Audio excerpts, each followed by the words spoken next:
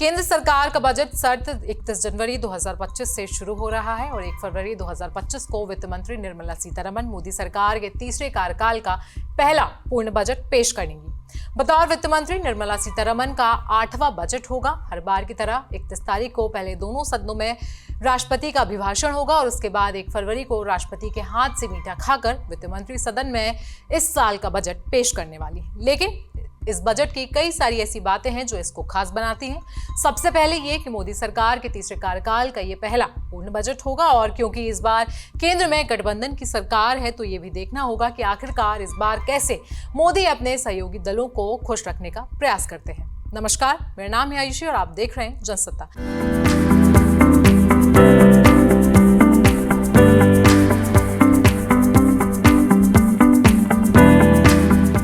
ये तो बात हुई नेताओं को खुश करने की, लेकिन 2025 के इस बजट से आम आदमी को भी कई सारी उम्मीदें हैं। कई दिनों से एक्सपर्ट्स बताते हैं कि इस बार के बजट में सरकार आम आदमी के लिए भी कई सारे अच्छे और बड़े ऐलान कर सकती है। मालूम हो कि पिछले बजट में केंद्र सरकार ने कुछ बड़े ऐलान किए थे, जिनमें से एक था स्टैंडर्ड डिडक्शन की लिमिट में बढ़ोतरी। नए टैक्स व्यवस्था के तहत इसे 50,000 रुपए से बढ़ाकर 75,000 रुपए किया गया था। इस बार भी महंगाई आरबीआई के अनुमानित दायरे के बाहर चली गई है और आर्थिक विकास में भी गिरावट का अनुमान है। ऐसे में बजट में सरकार आम लोगों को टैक्स में राहत देने के लिए भी कुछ कदम उठा सकती है। जल्दी से आपको बता दें कि आखिर इस बार के बजट में सरकार क्या क्या करने वाली है।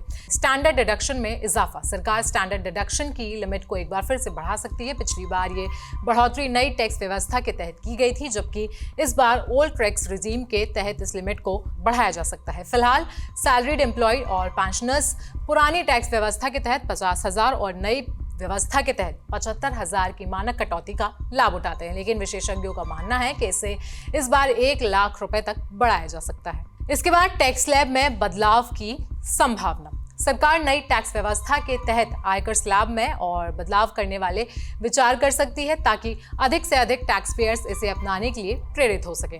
खासतौर पर इस बात की संभावना भी जताई जा रही है कि 20 लाख से अधिक की आय वालों पर 30% टैक्स रेट लागू किया जा सकता है। न्यू टैक्स रिजीम के तहत टैक्स स्लैब 0 से 3 लाख पर कोई भी टैक्स नहीं लगेगा। 3 से 7 लाख 5%, 7 से 10 लाख 10%, 10 से 12 लाख 15% और 12 से 15 लाख 20%, जबकि 15 लाख से अधिक वालों पर 30% टैक्स लगने का अनुमान है। सेक्शन 80C की कटौती सीमा बढ़ाने का भी प्रस्ताव। इस बजट में सेक्शन 80C के तहत कटौती की सीमा भी बढ़ाए जाने की संभावना है। फिलहाल इस सेक्शन के तहत कटौती की अधिकतम सीमा 1,50,000 है, लेकिन महंगाई और बढ़ते वित्तीय दबाव देखते हुए विशेषज्ञ सरकार से इसे 2 लाख तक बढ़ाने की मांग कर रहे हैं। गोल्ड पर आयात ड्यूटी में वृद्धि हो सकती है। भारत के बढ़ते व्यापार घाटे को लेकर चिंता के कारण सरकार सोने पर आयात शुल्क बढ़ा सकती है। वर्तमान में सोने पर 6% आयात शुल्क लगता है, जो पहले 15% था। इस शुल्क में वृद्धि से सोने के आयात पर अंकुश लग सकता है और व्यापार असंतुलन को कम करने में मदद मिल सकती है, लेकिन इसके परिणाम स्वरूप घरेलू बाजार में सोने की कीमतें बढ़ सकती हैं, जो अंतर्राष्ट्रीय बाजार के रुझानों से भी अलग हो सकती हैं।